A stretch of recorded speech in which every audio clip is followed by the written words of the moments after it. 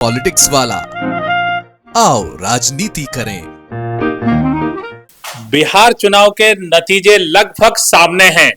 NDA 201 seat के साथ सबसे ऊपर दिखाई दे रहा है। ये अब तक का सबसे बड़ा बहुमत दिखाई दे रहा है, जो तमाम एग्जिट पोल और इससे भी बहुत आगे है। कुल 243 सीटों में से 201 सीट पर एनडीए आगे है। महागठबंधन सिर्फ 37 सीटों पर सिमट गया है और जनसुराज 0 पर है। RJD 27 seat, Congress 4 seat, CPM 1 seat, यानी महागठबंधन 100 तो छोड़िए 50 भी क्रॉस करता हुआ नहीं दिखाई दे रहा है। यानी कि टोटल का 10% भी लगभग सीट इसको मिली है आरजेडी को। इसके अलावा नीतीश कुमार सबसे ज्यादा आगे दिखाई दिए, जिनके बारे में यह कहा जा रहा था कि नीतीश कुमार इस बार राइट ऑफ कर दिए जाएंगे और उनकी राजनीति लगभग खत्म सी होती दिख रही है। लेकिन जनता दल यू नीतीश कुमार के नेतृत्व में 80 सीटों पर है और भारतीय जनता पार्टी 90 सीटों पर। इन दोनों ने 101 सीट पर चुनाव लड़ा था, यानी 101 सीट पर चुनाव लड़ने के बाद 90 सीट जीतने की ओर बढ़ना एक बड़ी कामयाबी है। और ऐसे ही नीतीश कुमार, जिनके बारे में कहा जा रहा था कि वह 40 सीट जीते तो बहुत है, वो भी 80 सीट जीत कर आए हैं। और सबसे बड़ा फैसला लोक जनशक्ति पार्टी के चिराग पासवान का है, जो 29 सीट पर लड़ने के बाद लगभग 22 सीटों पर आगे चल रहे हैं। यह बहुमत कई तरीके से चौंकाता है कि क्या विपक्ष पूरी तरह से बिहार में खत्म हो गया। 23 सीटों पर लोक जनशक्ति पार्टी चिराग पासवान की आगे चल रही है। कांग्रेस करीब 4 सीटों पर सिमट के रह गई, जो पिछली बार से बहुत नीचे है। और सबसे बड़ा झटका तेजस्वी यादव के लिए है, जो एमवाई फैक्टर की राजनीति करते हैं, मुस्लिम यादव। तो क्या ये सब तबका भी पूरी तरह से छिटक गया है? आज हमारे साथ इस मुद्दे पर बात करने के लिए पॉलिटिक्स वाला में एकदम नई पीढ़ी हमारे साथ है, क्योंकि हम एक्सपर्ट से बात करते रहते हैं, चुनाव विश्लेषकों से बात करते हैं, पत्रकारों से बात करते हैं, लेकिन नई जनरेशन से बात करना बहुत अच्छा है लोकतंत्र के लिए। आज हमारे साथ माखनलाल चतुर्वेदी यूनिवर्सिटी के स्टूडेंट्स हैं, जिसमें से बहुत से स्टूडेंट्स बिहार से हैं और बिहार चुनाव को कवर भी कर चुके हैं। इनसे इस राजनीति के बदलते परिदृश्य, खत्म होता विपक्ष और जातिगत राजनीति के वजूद की समाप्ति की ओर जाने पर हम विस्तार से बात करेंगे आज पॉलिटिक्स वाला पे। सबसे पहले हम यही जानना चाहते हैं कि बिहार में ये परिणाम आपको किस तरह से देखते हैं? आप लोग लंबे समय से इसको पढ़ रहे हैं, पत्रकारिता को देख रहे हैं, राजनीति को समझते हैं, आप इस परिणाम को किस रूप में देखते हैं? मेरा नाम उद्यांश है, मैं गोरखपुर से हूँ। देखिए, इस समय जो हमको परिदृश्य पूरा दिखाई दे रहा है, मुख्यतः बात उसमें यह है कि जो जातिगत राजनीति इस समय खत्म हुई है यादवों की, और आपने जो मुस्लिमों की बात कही, अल्पसंख्यक या यादव, वो भी इनसे छिटक करके आगे जा रहे हैं।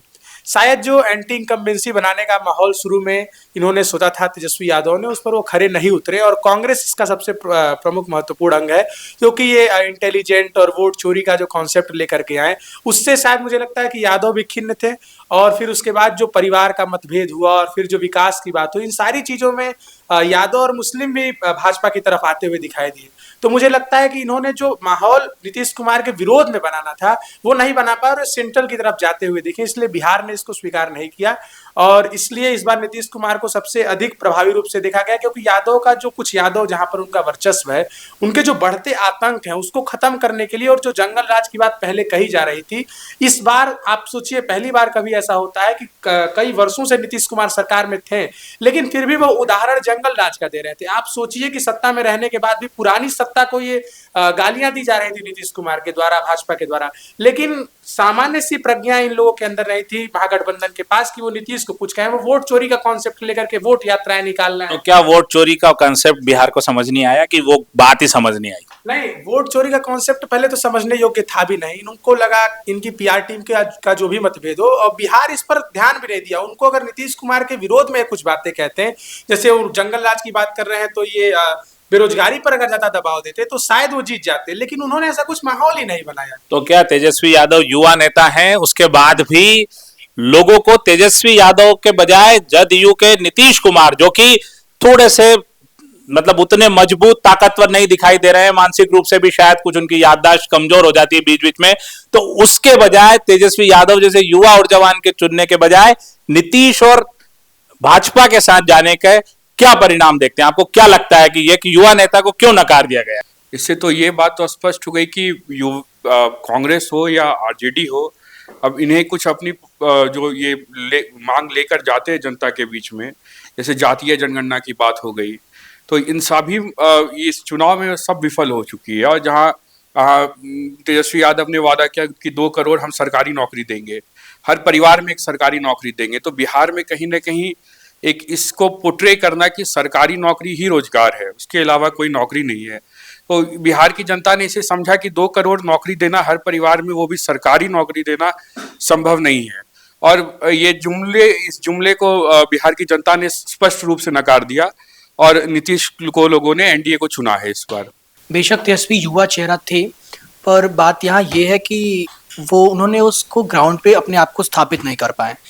दूसरी बात, जो सीट शेयरिंग में उन्होंने आवश्यकता से अधिक सीटें कांग्रेस को दे दी और मुकेश सहनी के साथ गठबंधन वो उनके खिलाफ ही उल्टा चल गया, क्योंकि ग्राउंड पे मुकेश सहनी बिल्कुल एक्टिव नहीं थे, ना आरजेडी के वर्कर्स ग्राउंड पे काम कर रहे थे। वहीं देखे आप भाजपा के वर्कर्स को, तो ग्राउंड पे बहुत एक्टिव थे। बात रहा युवा का, तो वो युवा है, इसमें नो डाउट, चिराग भी युवा है, पर जो उत्साह उनको दिखाना चाहिए था वो उन्होंने बहुत लेट दिखाया। उन्होंने बहुत ज़्यादा इंतजार किया मुकेश सहनी को लेकर और कांग्रेस को लेकर। ग्राउंड पे उनको पहले उतरना चाहिए था, जो कि उन्होंने ऐसा नहीं किया। और जो मुद्दे भाजपा के थे उसका काट उनके पास नहीं था। जैसे ग्राउंड पे महिलाओं के लिए बहुत निर्णायक और महत्वपूर्ण ये जो नीतीश कुमार ने अंत में 10,000 रुपये महिलाओं के खाते में डाले, वो महिलाओं के लिए बहुत लाभदायक था, बहुत बड़ा मुद्दा बना ये। उसके बाद से और भी जो पुरानी योजनाएं हैं, आयुष्मान कार्ड और राशन जो मोदी सरकार जो देती है, केंद्र सरकार देती है, वो ग्राउंड पे ये मुद्दाएं बहुत अहम थी, पर इसका कार्ड आरजेडी के पास नहीं था, ना तेजस्वी के पास था। दूसरी बात, जो उनके अपने मुद्दे उन्होंने लेके आए वो बहुत लेट लेके आए और उसको लोगों तक नहीं पहुंचा पाए। ये यहाँ पे आरजेडी लैग कर रही है। और जातिगत मुद्दों में देखें तो जातिगत, मैं मानता हूं कि उतना असर नहीं पड़ा है जातिगत चुनाव को, इस चुनाव में जातिगत असर उतना नहीं पड़ा है। अभी भी जो कोर वोटर्स हैं वो आरजेडी के पास हैं। निश्चित तौर पे केंद्र सरकार की नीतियों के कारण से जो यादव हैं वो शिफ्ट हुए हैं, पर मुस्लिम अभी भी आरजेडी के साथ हैं। मुस्लिम जरूर शिफ्ट हुए, लेकिन यादवों के वोट के बारे में क्या कहना है? वो तो ये माना जाता है कि आरजेडी का वोट बैंक है और आरजेडी के साथ ही रहेगा।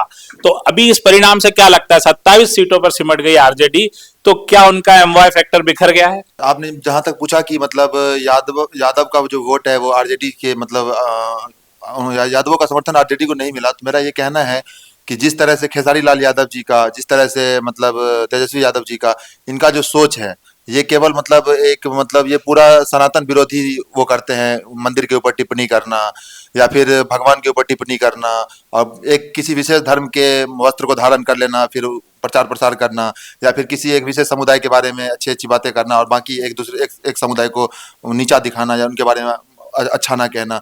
तो इस सब का असर पड़ा है। आज भी मेरे ख्याल से मतलब बिहार की जनता इस बार जो है वो केवल इस चीज पे फोकस की कि मतलब जो मतलब बीजेपी का जो एजेंडा हर चुनाव में रहता है कि मतलब धर्म सर्वोपरि, तो मेरे ख्याल से वो उसका इम्पैक्ट बहुत बड़ा पड़ा है। और बाकी तेजस्वी यादव जी का और आरजेडी का, बाकी महागठबंधन का, मुझे ऐसा नहीं लग रहा है कि कोई उनका मतलब एक व्यवस्थित मुद्दा था जो मतलब बिहार चुनाव पे कोई इम्पैक्ट डालता। आप बिहार को वोट चोरी या फिर आप बिहार को वोट चोर गद्दी चोरी, आप इससे नहीं बदल सकते ना। आपको बिहार में अच्छी शिक्षा देनी चाहिए, अच्छा स्वास्थ्य देना चाहिए। पलायन भी कोई बड़ा मुद्दा नहीं है। अगर हम कहीं बिहार से बाहर काम करने जा रहे हैं तो हमें ये देखना चाहिए कि हम बिहार से बाहर जा रहे हैं, देश से तो बाहर नहीं जा रहे हैं। हम महाराष्ट्र जा रहे हैं, अगर हमको गाली पड़ रहा है तो कुछ ना कुछ तो मेरे में फॉल्ट होगा, हमको गाली क्यों पड़ रहा है? महाराष्ट्र में तो 1 से 1 करोड़पति भी रहते हैं बिहार के, उनको तो गाली नहीं पड़ता है, मजदूर को ही गाली क्यों पड़ता है? अब अगर हम कुछ मतलब गुटखा खा के या कुछ भी करके रोड पे थूक रहे हैं तो गाली देना, हमको तो अपने घर में भी गाली पड़ेगा। तो हम ये तो नहीं कहेंगे कि मेरी माँ मेरे साथ भेदभाव करती है। 243 सीटों के परिणाम में एनडीए 201 सीट के साथ आगे है और आरजेडी प्लस यानी महागठबंधन सिर्फ 37 सीटों पर सिमट गया है। इस पूरे परिणाम पे हम चर्चा कर रहे हैं माखनलाल चतुर्वेदी यूनिवर्सिटी के छात्रों से, और युवाओं से बात करना एक अलग दिशा देता है। तो क्या ये माना जाए, जैसा कि आपने बताया कि बिहार अब जाति से बाहर आ गया है और धर्म की राजनीति, जो ये माना जाता है कि बिहार में भाजपा की धर्म वाली राजनीति नहीं चलती है, बिहार में कथा प्रवचन भंडारे नहीं चलते हैं, तो क्या बिहार जाति से बाहर आके धर्म पे चला गया है या वो विकास को देख रहा है? जब मैं बिहार के कोई राजनीति पर बोलने वाले लोग या बिहार के रहने वाले लोगों से बात करता था तो उनका हमेशा से ये कहना था कि बिहार में जो है राजनीति जात के ऊपर होती है, जात पे लोग ज्यादा फोकस करते हैं। लेकिन इस बार आप जरा आंकड़े देखिए, एनडीए 201 और आरजेडी प्लस यानी कि महागठबंधन 37, क्या कहीं से कहीं तक ये आंकड़े आपको जातिगत राजनीति का दर्शाती है? बिल्कुल नहीं। शायद विकास या फिर धर्म वाली जो बात हमारे साथी ने कही, बिल्कुल उसका कहीं ना कहीं इफेक्ट दिख रहा है। उसी के साथ साथ लेकिन अगर विकास वाली बात पे अगर हम फोकस करें तो शायद विकास वाला मुद्दा भी उतना ज्यादा फैक्टर में नहीं आता है, क्योंकि अगर आप बात करने की देखते हैं, बात करने के पहलू से, तो जन स्वराज पार्टी पूरे इंस्टाग्राम, यूट्यूब, व्हाट्सएप, हर जगह जन स्वराज को लाइक्स मिल रहे हैं, कमेंट में जन स्वराज चल रहा है, क्योंकि उन्होंने विकास और पलायन इस पे बात करी। लेकिन जन स्वराज पार्टी ने जितने लाइक्स लेके आई है उतने वोट तक वो यहाँ पे पा नहीं पाई। उतने वोट्स पा लेती तो शायद 5-6 सीट पे रहती। तो विकास और इस पे तो अभी चर्चा मेरे को कम लगता है वहां हो रही है। जाति पे इस बार वोट कम पड़े हैं, ये मेरे को नजर आते दिख रहा है। एक बात बहुत अच्छी निकल के सामने आई है कि सोशल मीडिया के नंबर्स वोट में कन्वर्ट नहीं होते हैं। ये बिल्कुल स्पष्ट कहा जा रहा है जन सुराज को लेके। जन सुराज जो प्रशांत किशोर की पार्टी, और जिनके बारे में ये कहा जाता है कि वो जिसके लिए सोशल मीडिया के स्ट्रेटेजी बनाते हैं वो किंग बन जाता है, प्रशांत किशोर किंग मेकर है। लेकिन यहां वो खुद के लिए एक भी सीट नहीं जुटा पाए। यानी कि सोशल मीडिया की जो बात चलती है कि सोशल मीडिया से कोई किंग बनता है, ये बिहार में बिल्कुल नहीं चला। और प्रशांत किशोर जो खुद को ये बताते हैं कि नरेंद्र मोदी को प्रधानमंत्री बनाने में उनकी कंपनी का योगदान है, और नीतीश कुमार को पिछले चुनाव में बिहार में जितवाने में 2015 में नीतीश लालू के गठबंधन में प्रशांत किशोर का योगदान है, और ममता बनर्जी को पश्चिम बंगाल में जितवाने में प्रशांत किशोर का नाम है। लेकिन प्रशांत किशोर कोच अच्छे हो सकते हैं, लेकिन खिलाड़ी नाकाम साबित हुए, उनकी अपनी पार्टी कुछ नहीं कर पाई। इस मुद्दे पे हम बिहार चुनाव की रिपोर्टिंग करने आप में से कोई गया था, तो ग्राउंड पे क्या दिखाई दे रहा था? नमस्कार, मेरा नाम अक्षय चौहान है और मैं बिहार भागलपुर से हूँ। सबसे पहली बात तो मैं प्रशांत किशोर के बारे में ये कहना चाहूँगा कि सचमुच वो फैक्ट्स, स्टैट्स उन्होंने मास्टरी कर रखी है। सोशल मीडिया को उन्होंने इस तरीके से मास्टरी उस पर कर ली है कि मैं जब तक यहाँ था, मतलब ग्राउंड पे नहीं गया, मुझे लग रहा था कि जन स्वराज सच में एक चीज़ है, एक विषय है। मगर जब आप ग्राउंड पे जाते हैं, जब आप बिहार में जाते हैं, चीज़ों को देखते हैं ग्राउंड लेवल पे, तो वहाँ पे बिल्कुल विषय बिल्कुल हटकर है, अलग है। वहाँ पे जन स्वराज दिख ही नहीं रही थी। और यही सारी चीज़ें हैं जो जन स्वराज अभी दिख रही है। अगर मैं बस एक ही चीज़ कहना चाहूँगा कि किंग मेकर और किंग बहुत बड़ा फ़र्क होता है। किंग मेकर किसी को राजा बना देना वो एक अलग चीज़ है, मगर सत्ता में रहना, किंग बनकर रहना, वो एक बहुत अलग चीज़ है।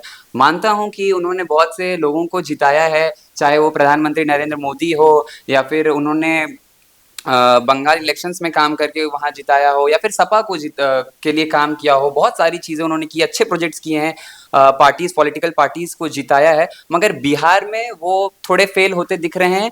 और जैसे इस चुनाव के जो रिजल्ट्स आ रहे हैं, उनका बिहार में जो स्थिति है, जो फ्यूचर है, वो ना के बराबर दिखता लगता है अब। मैं एक चीज़ ऐड करना चाहूँगा कि देखिए, डेवलपमेंट ग्राउंड पे बिल्कुल एक मुद्दा था, पर सिर्फ डेवलपमेंट मुद्दा नहीं था, कॉम्परेटिव डेवलपमेंट मुद्दा था। राजद में क्या डेवलपमेंट हुआ, नीतीश ने क्या किया, ये मुद्दा अहम था।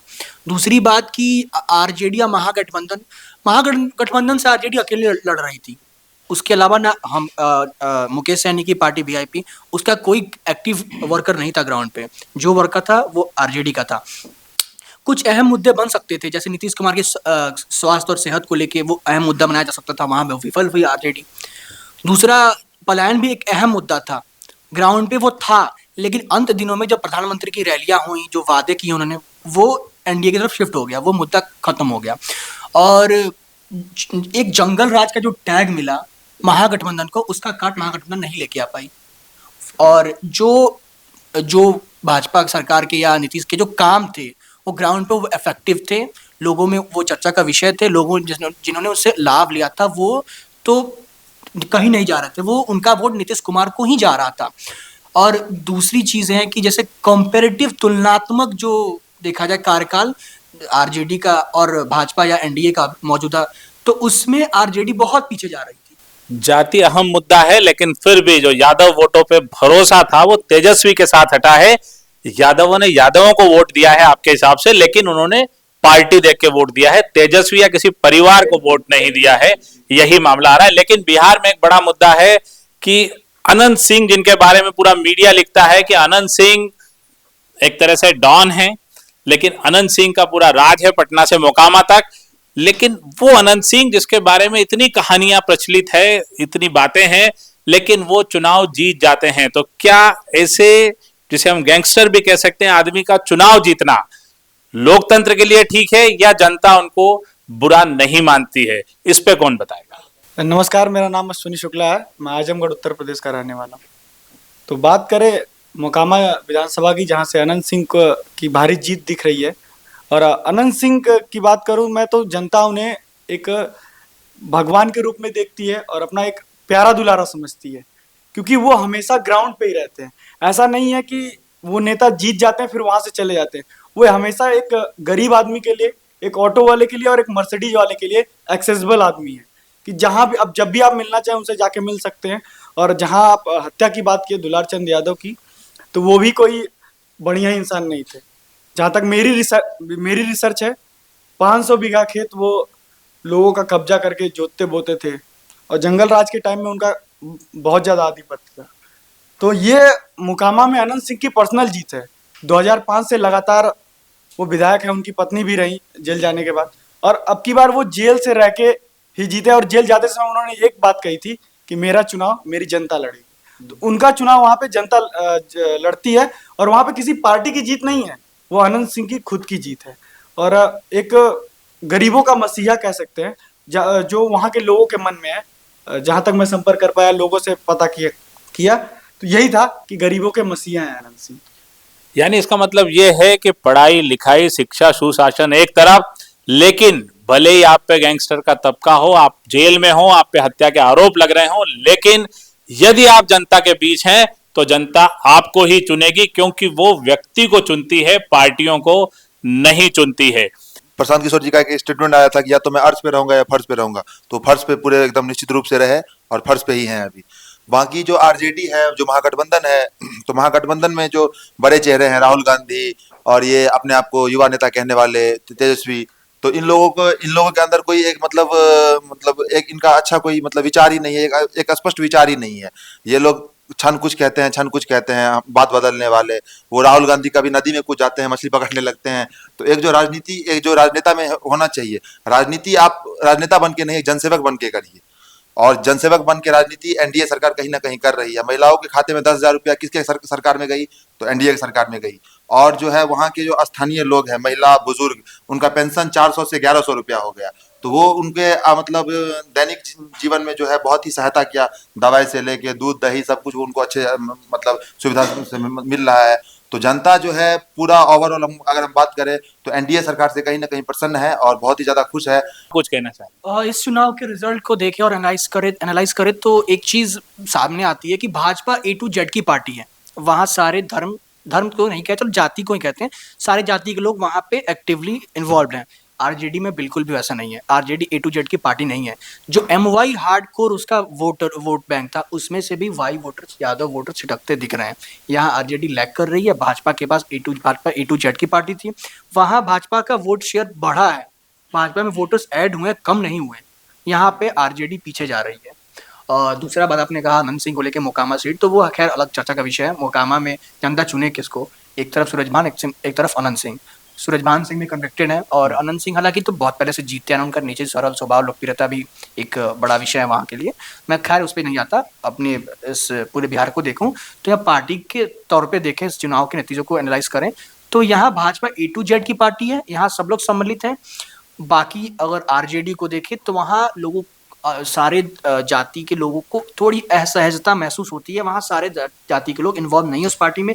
ये भी एक आरजेडी के लिए बड़ा विषय है। बिल्कुल, ये बात निकल के सामने आ रही है कि आरजेडी सिर्फ कुछ सामाजिक संगठन होते हैं उस तरह एक सामाजिक या जातिगत पार्टी बन के रह गई, और ये उसको आगे नहीं ले जाएगा, उसको इससे बाहर निकलना होगा। यानी कि एक तरह से परिवारवाद जो है कि आरजेडी मतलब लालू यादव के बेटे बेटियां, यही आरजेडी का मतलब हो गया है, और इससे राजनीति आगे नहीं जाती है। लेकिन फिर भी एक बड़ा सवाल यह है कि इन सबके बाद, इस तमाम परिणाम के बाद, जिस तरह से जदयू के बिना भी बीजेपी सरकार बनाती हुई दिख रही है, तो क्या नीतीश कुमार सीएम बन पाएंगे, या महाराष्ट्र के एकनाथ शिंदे की तरह वापस, जैसे एकनाथ शिंदे सीएम रहते हुए चुनाव लड़े थे, लेकिन बाद में बीजेपी को ज्यादा सीटें मिली और एकनाथ शिंदे महाराष्ट्र में डिप्टी सीएम बनने को विवश हुए। तो क्या इस वक्त ऐसा दिखाई देता है कि नीतीश कुमार अब बार्गेन नहीं कर पाएंगे, वो सीएम से उनके बिना भी बीजेपी सरकार बना सकती है?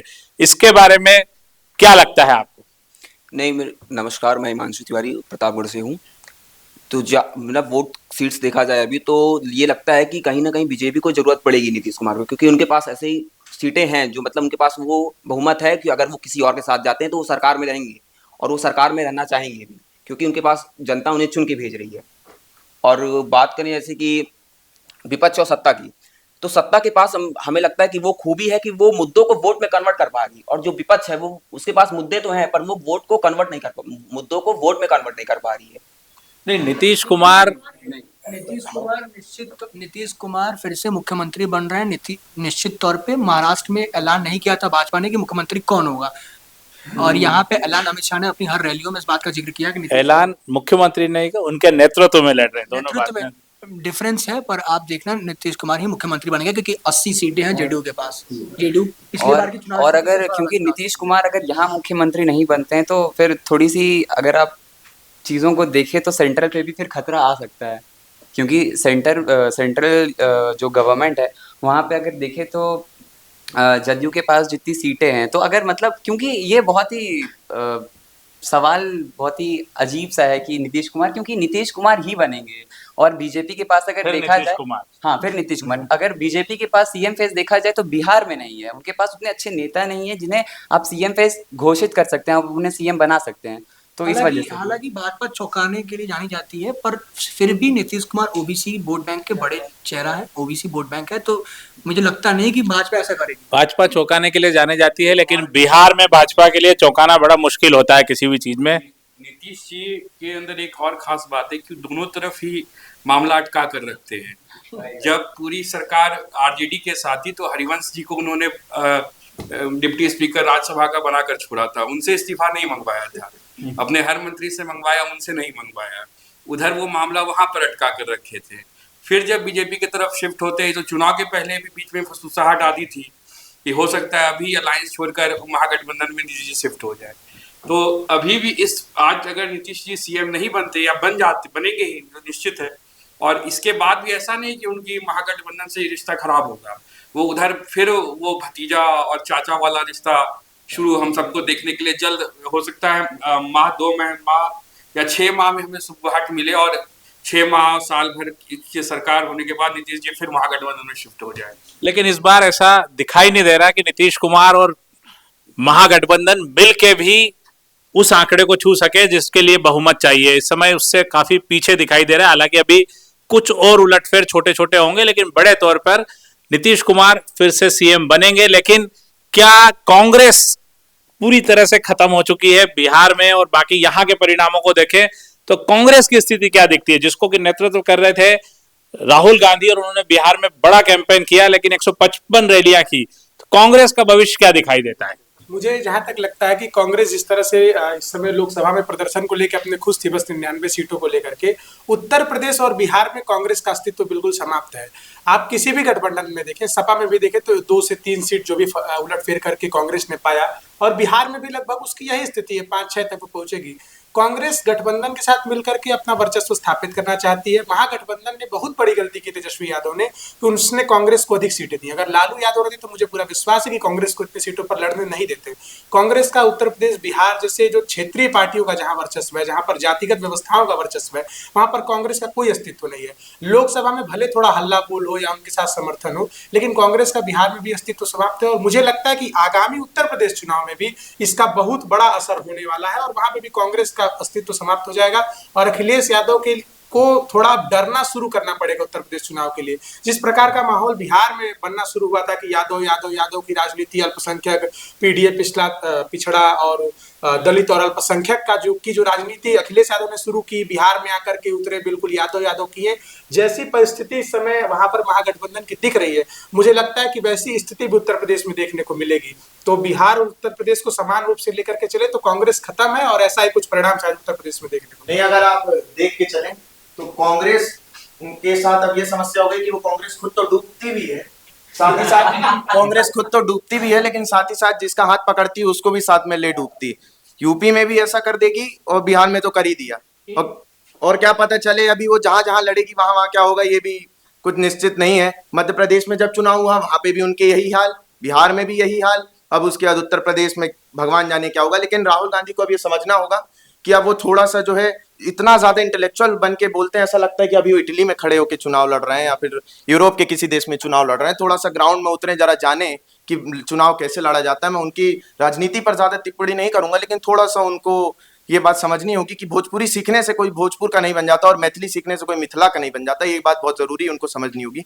राजनीति को जरा समझ लें, उतरे, तभी सही रहेगा। आरजेडी को भी ले डूबे हैं, तो बिल्कुल दिख रहा है सामने। कांग्रेस की वर्तमान स्थिति को देखकर मुझे दिनकर जी का एक कविता याद आता है, रश्मि रथी का 2 लाइन याद आया कि जब नाश मनुष्य पर छाता है पहले विवेक मर जाता है। तो राहुल गांधी जी का विवेक और बुद्धि पूर्णतः एकदम पूरी तरह ध्वस्त हो चुका है, मर चुका है। वो मतलब पता नहीं मंच से क्या बोल देते हैं, क्या नहीं बोल देते हैं। कहीं कहीं पे ये भी होता है, उनके साथ गलत भी होता है, उनका क्लिप काट के कुछ से कुछ जोड़ के, लेकिन अधिक समय वो गलती करते हैं। उनकी माँ उनको बताती है कि मेरा बेटा युवा है, राजनीति में आया है। अब बताइए 40 साल का 45 साल का आदमी अगर युवा होगा तो फिर तो हम लोग क्या है, हम लोग अभी पैदा हुए, छठियार होगा क्या। तो उनके साथ गलत, उनका विवेक मर चुका है। कांग्रेस को चाहिए एक अच्छा नेतृत्व वाला आदमी जो एकदम कांग्रेस को अच्छे से संभाले, तो फिर आगे कुछ देख सकते हैं, सत्ता में परिवर्तन हो। बाकी अगर राहुल गांधी के हिसाब से चले तब तो अगले 2050 तक बीजेपी और ऐसे ही चलता रहेगा। अखिलेश यादव को उत्तर प्रदेश चुनाव में किसी तरह का गठबंधन करने या सीट शेयरिंग के पहले अपने विवेक का इस्तेमाल करना पड़ेगा, नहीं तो वो भी उत्तर प्रदेश में डूब सकते हैं कांग्रेस के साथ जाके। इसका पूरा निचोड़ ये निकल के आ रहा है। आज हमने ये बात की माखनलाल चतुर्वेदी विश्वविद्यालय के स्टूडेंट से। बिहार चुनाव को लेके आगे भी हम इस पे बात करेंगे। अभी की जो टैली है उसके हिसाब से 202 सीटों पर एनडीए आगे है। कुल 243 सीटों में से आरजेडी महागठबंधन जो है केवल 36 सीटों पे आगे है। और ये हम इस पे आपको लगातार शाम तक अपडेट करते रहेंगे। आज हम इसी सब पे एनालिसिस कर रहे हैं। आप सभी लोग ये कुछ बोलना चाहते हैं? आप अंतिम बात। देखिए, मैं अंत बात यही कहूंगा कि राहुल गांधी प्रधानमंत्री नरेंद्र मोदी खुद को समझना छोड़ दें। अकेले किसी भी राज्य के चुनाव को प्रभावित नहीं कर सकते हैं। जिस भी राज्य में कांग्रेस की सरकार रही है या कांग्रेस एक्टिव है, वहां कोई ना कोई कांग्रेस का बड़ा चेहरा है। बिहार में कोई नहीं दिखता है। ग्राउंड पे कांग्रेस खत्म हो चुकी है। बड़ा चेहरा तो भाजपा का भी कोई नहीं है बिहार में। फिर भी नीतीश कुमार के नेतृत्व में लड़ रहा है और 2 डिप्टी सीएम है, सरकार है भाजपा की। बिल्कुल, वर्कर्स एक्टिव है भाजपा के। कांग्रेस का कोई वर्कर नहीं, ना तो कोई बड़ा चेहरा। हम पूरा दिन इस पे और बात करते रहेंगे चुनाव परिणामों के विश्लेषण पर, और इसके अलावा हम भविष्य की राजनीति पर भी बात करेंगे। आप सब लोगों का पॉलिटिक्स वाला में आने के लिए बहुत शुक्रिया। हम चाहेंगे कि आगे भी हम लोग इसी तरह के पॉलिटिकल या सामाजिक मुद्दों पर आपसे जुड़े रहें। आज के लिए इतना ही। धन्यवाद, शुक्रिया।